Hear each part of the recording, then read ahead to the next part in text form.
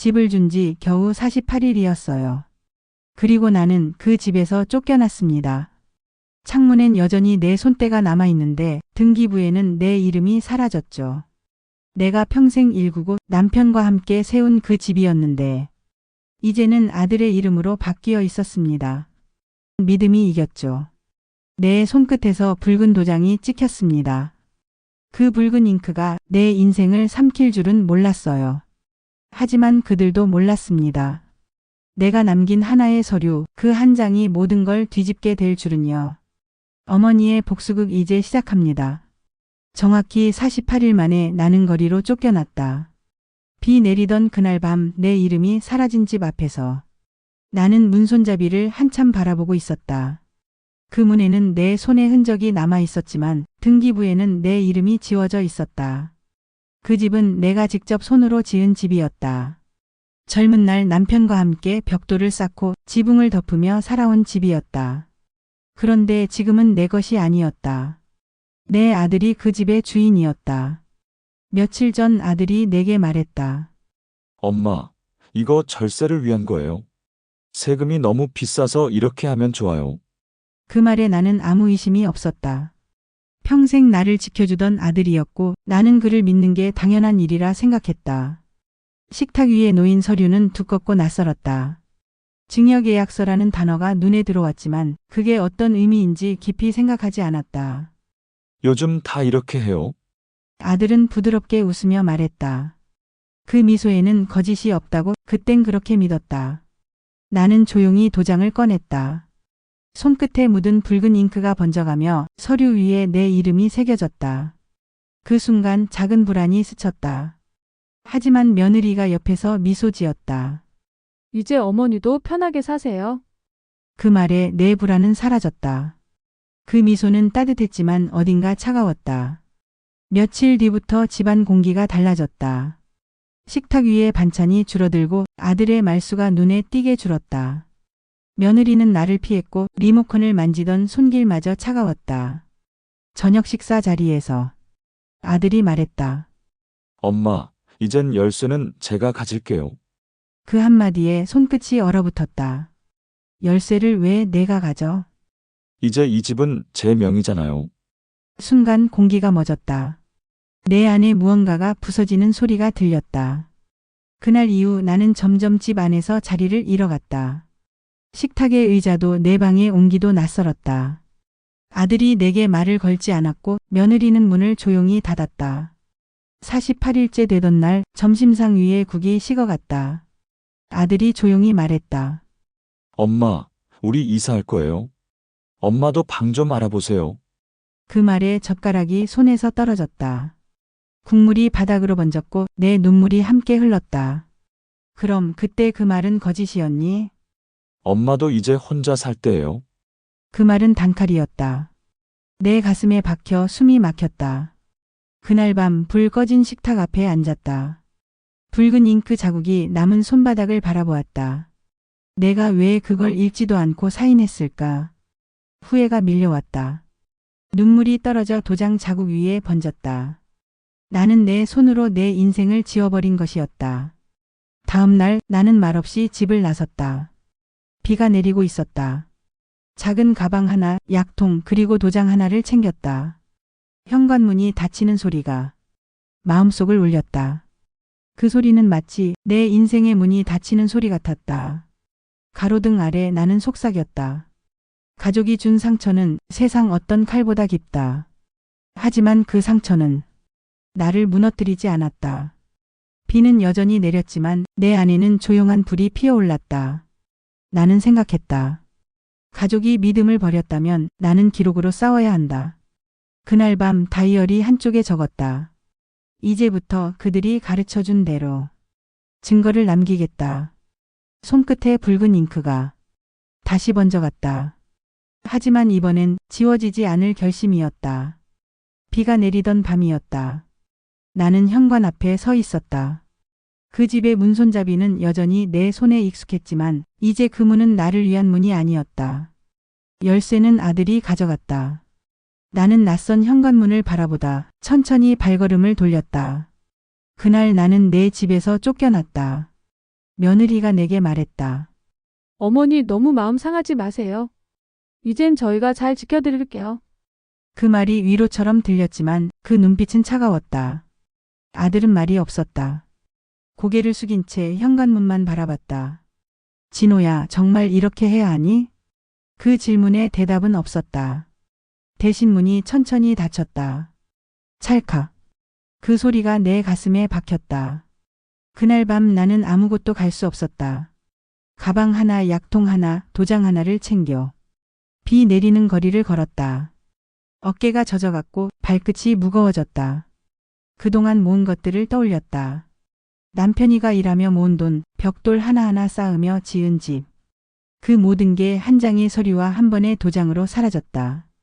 버스 창가에 앉아 나는 유리창에 기대었다. 버스 창문에 떨어지는 빗방울이 내 눈물과 섞여 흐르고 있었다. 버스 창밖으로 점점 멀어지는 집, 그 집 창문 너머엔 여전히 불이 켜져 있었다. 그 불빛이 마치 나 없이도 따뜻한 세상 같았다. 며칠 동안 나는 친척 집에 머물렀다. 하지만 마음이 쉬지 않았다. 아무도 묻지 않았고 나도 말하지 않았다. 밤이 되면 잠들지 못했다. 눈을 감으면 도장을 찍던 그 순간이 떠올랐다. 그때 멈췄어야 했는데. 왜 믿었을까 왜? 하루는 손녀가 내게 물었다. 할머니, 왜 울어요? 나는 아무 말도 하지 못했다. 그저 아이 머리를 쓰다듬으며 눈에 먼지가 들어갔어. 그렇게 대답했다. 그 순간 가슴이 조용히 무너졌다. 며칠 뒤 나는 우연히 서류를 떠올렸다. 아들이 내게 줬던 그 두꺼운 봉투, 증여계약서라는 단어. 그 안에 모든 답이 있을 것 같았다. 나는 집 근처의 동사무소로 향했다. 손이 떨렸지만 문을 밀었다. 직원이 물었다. 어떤 서류를 찾으시나요? 등기부 등본이요. 제 이름이 빠졌는지 확인하고 싶어요. 프린터 소리가 들렸다. 직원이 서류를 건네며 말했다. 여기 있습니다. 나는 떨리는 손으로 종이를 폈다. 거기엔 소유자 김진호. 내 아들의 이름이었다. 그리고 그 아래엔 증여 완료라는 네 글자가 적혀 있었다. 순간 숨이 막혔다. 가슴이 무너져 내렸다. 의자에 앉을 힘조차 없었다. 정말 끝이구나. 속으로 중얼거렸다. 눈앞이 흐려지고 귓가엔 아들의 목소리가 맴돌았다. 그냥 사인만 하세요, 엄마. 그 말이 비처럼 쏟아졌다. 그날 밤 나는 전화를 걸었다. 진호야, 이야기 좀 하자. 엄마, 지금 바빠요. 나중에요. 뚝 전화가 끊겼다. 나는 휴대전화를 꼭 쥐었다. 손끝이 하얗게 질렸다. 그날 새벽 잠이 오지 않았다. 가방 속 도장을 꺼내 바라봤다. 그 붉은 잉크 자국이 마치 상처처럼 느껴졌다. 이 도장이 내 인생을 바꿨구나. 그 생각에 손끝이 다시 떨렸다. 아침이 되자 나는 결심했다. 이대로는 안 되겠다고. 믿음으로는 무너졌지만 증거로는 싸울 수 있다고. 나는 작은 노트를 꺼내 하루의 기록을 적기 시작했다. 2월 17일 진호와 대화. 증여 관련 발언 확인. 그리고 마지막 줄에 적었다. 믿음이 사라진 자리에 증거를 남긴다. 며칠 뒤 나는 지인의 아는 변호사 상담소를 찾아갔다. 안에는 젊은 변호사가 앉아 있었다. 어머니, 어떻게 오셨어요? 아들에게 집을 증여했는데 속임이 있었던 것 같아요. 변호사는 잠시 서류를 살펴보더니 말했다. 증여는 원래 취소가 어렵습니다. 하지만 기망이 있었다면 가능합니다. 그 말이 내 귓가에 오래 남았다. 가능하다. 그 단어가 나를 붙잡았다. 정말 가능할까요? 네, 어머니. 증거가 있다면 충분히 가능합니다. 그 말에 가슴 한쪽이 따뜻해졌다. 마음속에서 잊었던 힘이 조금씩 살아났다. 그날 밤 나는 다시 다이어리를 펼쳤다. 그들이 했던 말, 그날의 날짜, 그리고 내 감정까지 하나하나 적었다. 두려움은 남지만 이젠 포기하지 않는다. 비는 여전히 내렸지만 이제 그 빗소리가 나를 괴롭히지 않았다. 나는 창밖을 바라보며 속삭였다. 가족이 내게서 믿음을 빼앗았지만 나는 진실로 그들을 이길 것이다. 새벽 4시 골목의 불빛은 아직 꺼지지 않았다. 나는 잠들지 못하고 책상 위에 펼쳐둔 노트를 바라보고 있었다. 잉크 냄새가 희미하게 풍겼고 시계 초침 소리가 유난히 또렷했다. 이제는 하루가 아닌 기록이 나를 살리고 있었다. 손끝이 떨릴 때마다 펜을 쥐었고 눈물이 날 때마다 문장을 썼다. 기록은 내 증언이자 내 무기였다.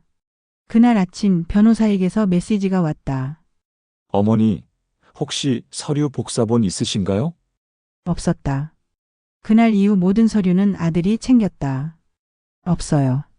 그들이 가져갔어요. 잠시 후 답장이 왔다. 그럼 은행이나 구청에 남은 거래 기록을 찾아야 합니다. 보통 송금 등기 이력에 힌트가 있습니다. 나는 메모를 폈다. 은행, 구청, 부동산 사무소. 그날의 일정이 만들어졌다. 가장 먼저 찾은 곳은 동네 부동산이었다. 낯익은 중개인 아저씨가 나를 보자 잠시 멈칫했다.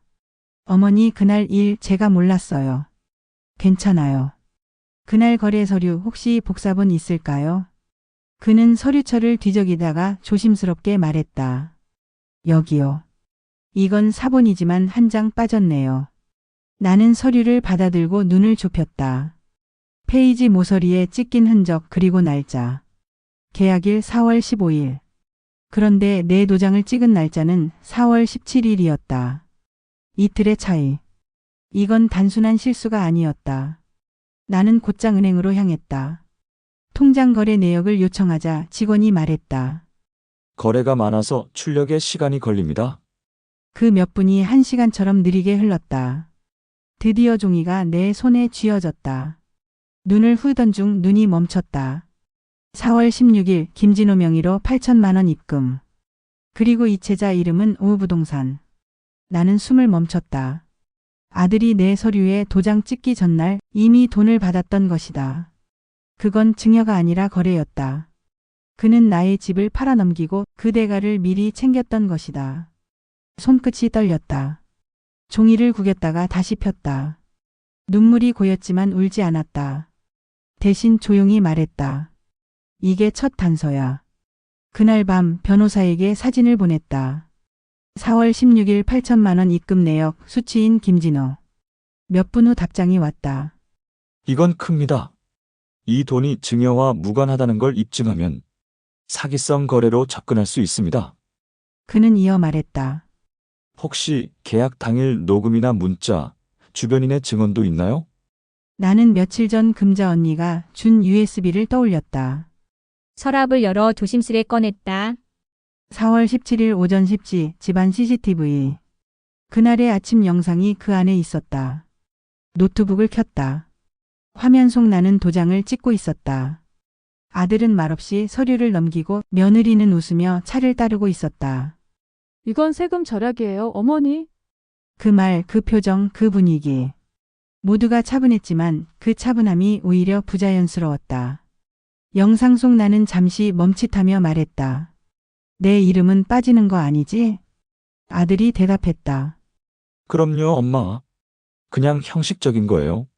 그 말에 나는 미소를 지었다. 그 순간 며느리의 눈빛이 스쳤다.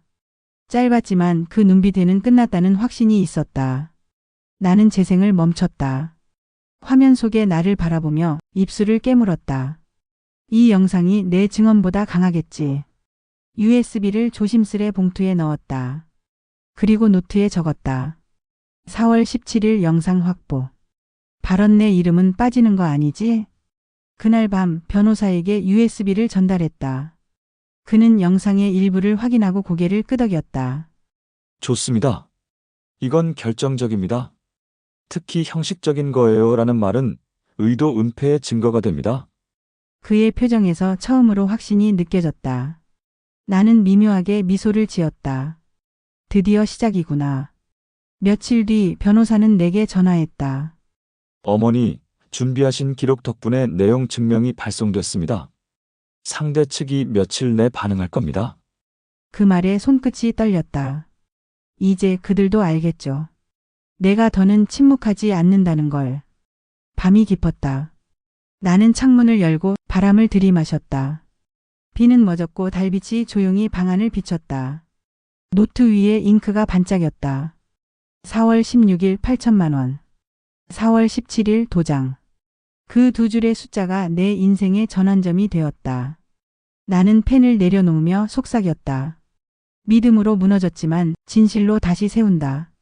그리고 노트 마지막 줄에 적었다. 이제 증거는 충분하다. 다음은 반격이다. 우편함에 낯선 봉투가 꽂혀 있었다. 흰색 두꺼운 종이 모서리가 살짝 젖어 있었다. 봉투 앞면에는 네 글자. 내용 증명 도달. 손끝이 떨렸다. 나는 천천히 봉투를 꺼내 들었다. 붉은 스탬프와 인쇄된 문장들이 내 손 위에서 묵직하게 느껴졌다. 그 봉투가 내 삶을 다시 움직이기 시작했다. 며칠 전 변호사에게서 연락이 왔다. 어머니, 드디어 상대에게 내용 증명을 발송했습니다. 그는 차분한 목소리로 말했다. 이제 공이 넘어갔습니다. 상대 반응이 곧 올 겁니다. 그날 이후 나는 매일 우편함을 열었다. 아무것도 없던 나날이 사흘째 지나고 드디어 오늘 그것이 도착했다. 봉투를 열기 전 나는 손끝을 잠시 멈췄다. 마음속에서 두 가지 소리가 싸웠다. 이제 진짜 시작이다. 아니, 괜히 더 아프지 않을까? 하지만 이미 뒤돌아갈 수 없었다. 나는 천천히 종이를 꺼냈다. 글자 하나하나가 칼날처럼 보였다. 귀하의 내용 증명은 사실과 다릅니다. 해당 증여는 자발적이며 어떠한 강요나 기망도 없었음을 밝힙니다. 그리고 맨 아래 법률 대리인 로펌 김 변호사. 내 아들이 변호사를 선임했다. 가족끼리였던 싸움이 이제 법으로 옮겨졌다. 나는 한참 동안 그 문장을 읽었다. 사실과 다릅니다. 그 말이 내 가슴을 꿰뚫었다. 나는 테이블 위에 종이를 내려놓고 창밖을 바라봤다. 바람이 불었다. 나뭇잎이 떨어졌고 창문이 울렸다. 그때 마음속에서 묵직한 무언가가 깨어났다. 그래, 이제부터는 감정이 아니라 증거로 말하자. 그날 오후 변호사 사무실로 향했다. 그는 내 얼굴을 보자마자 말했다. 예상보다 빨리 대응했네요. 좋습니다. 이제 증거를 정리해서 정식 소송으로 갑시다. 나는 고개를 끄덕였다. 제가 가져온 게 있어요. 가방 속에서 노트를 꺼냈다. 페이지마다 손때가 묻은 기록들, 날짜, 시간, 대화, 감정. 그는 천천히 페이지를 넘기며 말했다. 이 노트 하나면 10명의 증인보다 낫습니다. 며칠 뒤 첫 조정기일이 잡혔다. 법원 3층 작은 회의실. 내 앞엔 아들과 며느리가 앉아 있었다. 나는 그들의 얼굴을 보지 않으려 했었다. 재판관이 말했다. 양측은 서로 존중하며 발언하시기 바랍니다. 나는 입술을 깨물었다. 하지만 아들의 목소리가 먼저 들려왔다. 어머니가 원하신 거였어요. 그때 분명히 말씀하셨잖아요. 이젠 내 명의로 해라. 난 편히 살고 싶다고. 그 말에 머리가 하얘졌다. 나는 손을 꽉 쥐었다. 그건 내가 시킨 말이었잖아. 증거 있습니까? 아들의 말은 차가웠고 그 차가움이 공기를 얼게 만들었다. 잠시 침묵이 흘렀다. 재판관이 시선을 나에게 돌렸다. 어머니, 말씀하시죠. 나는 조용히 가방에서 USB를 꺼냈다. 이날 찍힌 영상입니다. 화면 속에서 아들의 목소리가 또렷하게 들렸다. 그럼요, 엄마. 그냥 형식적인 거예요. 회의실이 정적에 잠겼다. 아들의 얼굴이 굳었다. 며느리는 고개를 숙였다. 재판관이 영상을 멈췄다. 이 부분 원고 측에서 추가로 검토하겠습니다. 그 말이 내 귓가에서 오래 울렸다. 나는 손을 무릎 위에 얹고 조용히 숨을 내쉬었다. 손끝에 떨림이 멎었다. 며칠 뒤 변호사에게서 전화가 왔다. 어머니, 상대 측이 합의를 제안했습니다. 조건은 일부 금액 반환과 사과문. 나는 한참 동안 말이 없었다. 그는 덧붙였다. 결정은 어머니가 하셔야 합니다. 나는 잠시 생각했다. 그동안의 밤들, 눈물, 노트, 잉크 냄새, 비, 그리고 등기부에 찍힌 낯선 이름. 모든 게 머릿속을 스쳤다. 그리고 말했다. 합의는 없습니다. 진실은 끝까지 밝혀야죠. 변호사는 조용히 대답했다. 알겠습니다. 그럼 정식 소송으로 들어가겠습니다.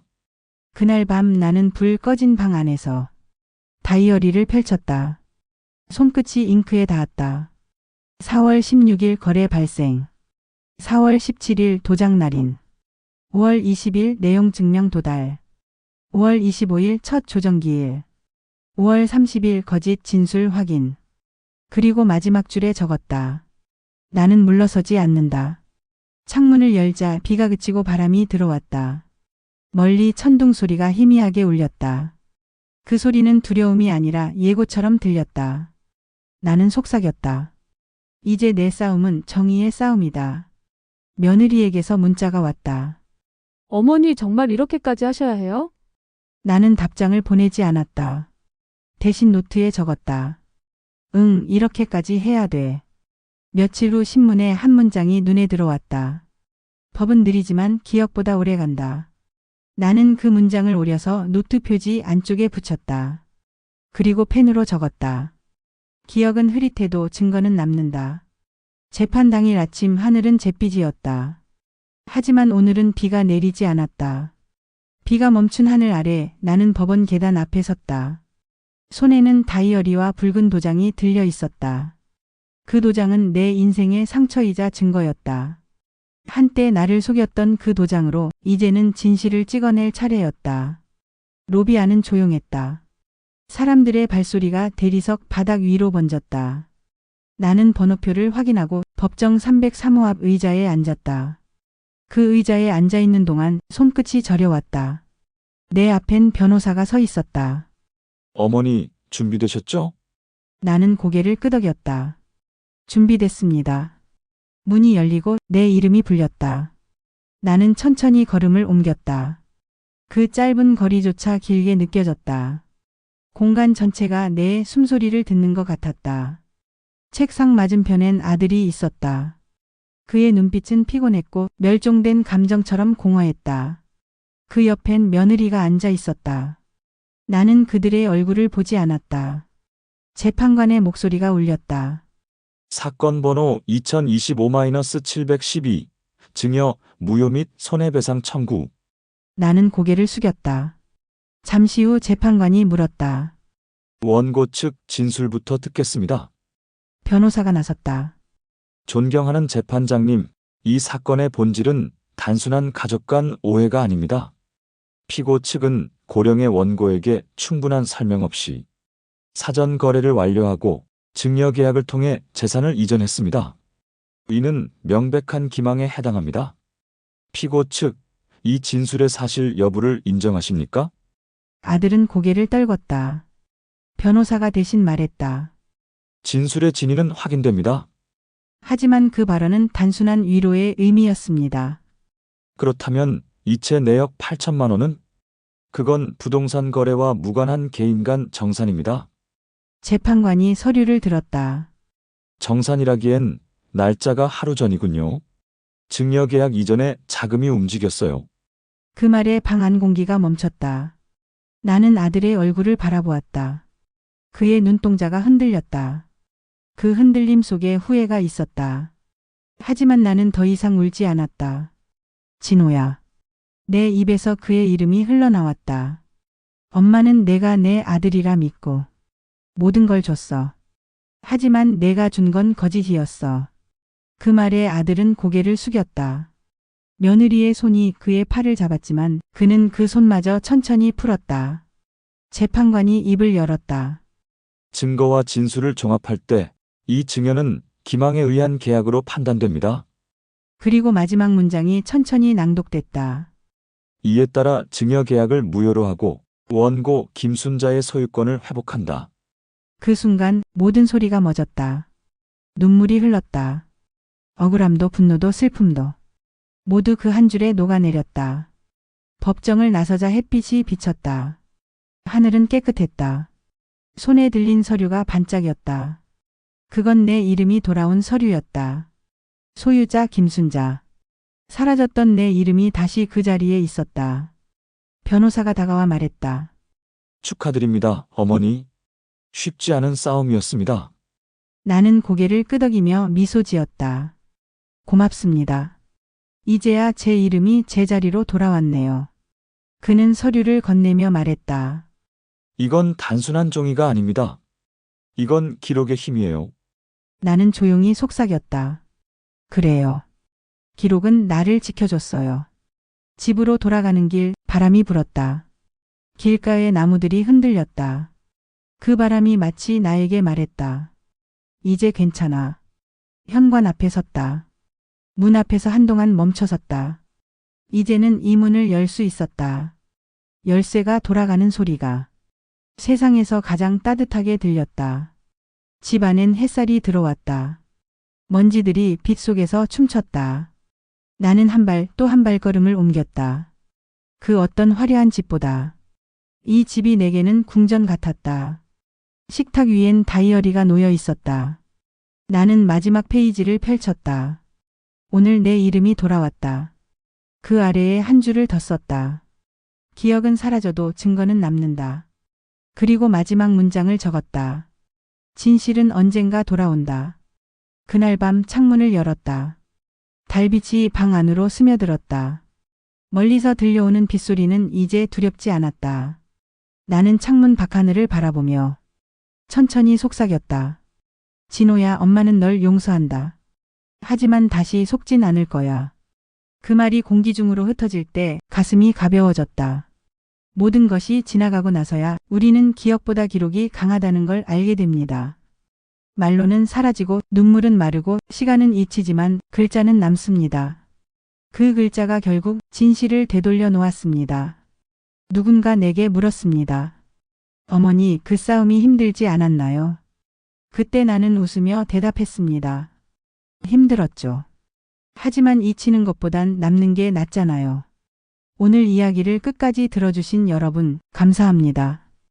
혹시 여러분의 마음에도 지워진 이름이 있다면 이 영상을 계기로 기록을 시작해보세요. 기억보다 오래 남는 건 진실과 용기입니다. 잊히지 않으려면 써 내려가세요. 기록은 당신의 편입니다. 여러분은 인생에서 기록이 나를 지켜줬던 순간이 있었나요? 댓글로 여러분의 이야기를 들려주세요. 이 이야기가 마음에 닿았다면 구독과 좋아요로 함께 목소리를 이어가요.